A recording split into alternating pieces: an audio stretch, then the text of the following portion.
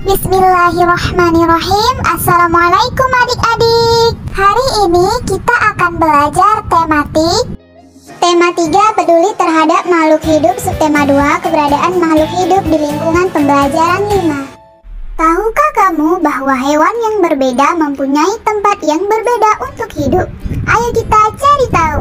Amati gambar berikut. Apa yang kamu ketahui tentang karakteristik tempat hidup hewan-hewan tersebut? Tulis jawabanmu pada kolom yang tersedia. Baik, kita bahas bersama karakteristik tempat hidup hewan yang terdapat pada tabel tersebut.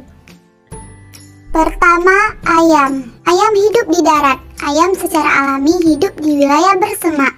Kaki dan paruh ayam beradaptasi di wilayah ini dan digunakan untuk mencari biji tanaman dan makanan lain di tanah dan semak-semak. Ayam memiliki sayap, namun hanya bisa digunakan untuk terbang dalam jarak dekat. Yang kedua, bebek.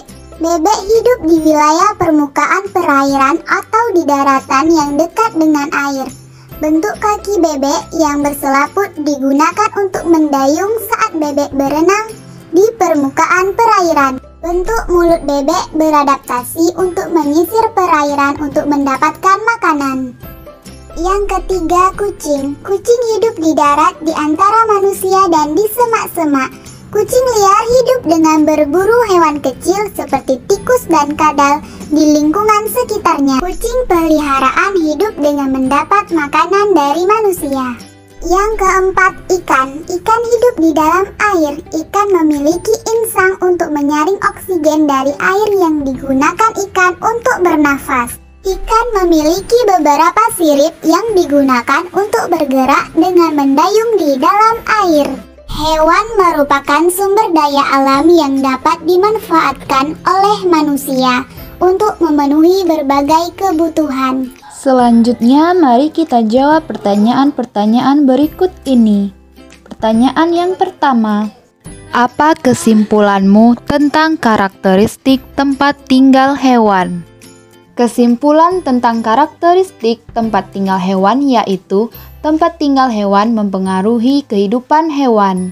Berikutnya pertanyaan yang kedua, apa perbedaan antara tempat hidup kucing dan ikan? Perbedaan antara tempat hidup kucing dan ikan yaitu kucing hidup di darat sedangkan ikan hidup di air. Kucing bernapas menggunakan paru-paru sedangkan ikan bernapas dengan insang. Selanjutnya, menurutmu, apakah kedua hewan tersebut dapat hidup di tempat yang sama? Mengapa? Jelaskan alasanmu. Kucing dan ikan tidak dapat hidup bersama-sama. Jika kucing hidup di air, dia tidak bisa bernapas. Begitu pula sebaliknya, ikan jika hidup di darat akan kesulitan bernapas.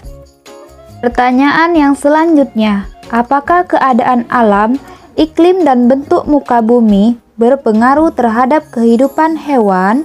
Jelaskan. Keadaan iklim dan bentuk muka bumi berpengaruh terhadap kehidupan hewan. Misalnya, hewan yang hidup di daerah dingin harus menyesuaikan bentuk dan fungsi tubuhnya dengan udara yang dingin. Hewan yang hidup di daerah pegunungan juga berbeda dengan hewan yang hidup di dataran rendah. Pertanyaan yang terakhir, sebelum memelihara hewan tertentu, apa saja yang perlu diperhatikan agar hewan tersebut dapat hidup dengan baik? Yang perlu diperhatikan sebelum memelihara hewan agar hewan tersebut dapat hidup dengan baik yaitu 1. Memberi makan dan minum hewan peliharaan. 2. Membersihkan atau memandikan binatang peliharaan. 3. Memberikan kandang yang baik dan membersihkan kandang. 4. Mengobati ketika sakit dan memberi vaksin. Hubungan karakteristik tempat hidup hewan dan ciri-ciri khususnya. Apakah kamu pernah mengamati cicak merayap di dinding rumahmu? Mengapa cicak tersebut bisa merayap di dinding? Bagaimana cicak tersebut menangkap mangsanya? Cicak mempunyai perekat pada telapak kakinya, sehingga dapat merayap di dinding atau langit-langit rumah. Cicak juga memiliki lidah yang panjang dan lengket, sehingga dapat menangkap serangga. Cicak mempunyai ukuran rata-rata 7 hingga 10 cm. Cicak dapat memutuskan ekornya untuk melindungi diri. Terdapat beberapa jenis cicak, yaitu cicak rumah, cicak pohon hijau, dan tokek. Cicak pohon hijau dan tokek mempunyai ukuran yang lebih besar dari cicak rumah. Kemampuan cicak untuk memutuskan ekornya untuk mengelabuhi musuh disebut daya autotomi. Kelelawar hidup di tempat yang gelap, seperti di atap rumah dan gua.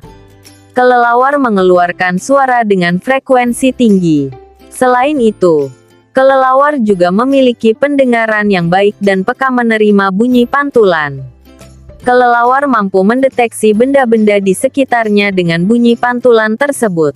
Kelelawar adalah hewan nokturnal karena melakukan kegiatan di malam hari. Ada 2 jenis kelelawar, yaitu kelelawar pemakan buah dan kelelawar pemakan serangga. Bunglon dapat mengubah warna kulitnya sesuai dengan warna bendo yang ada di sekitarnya.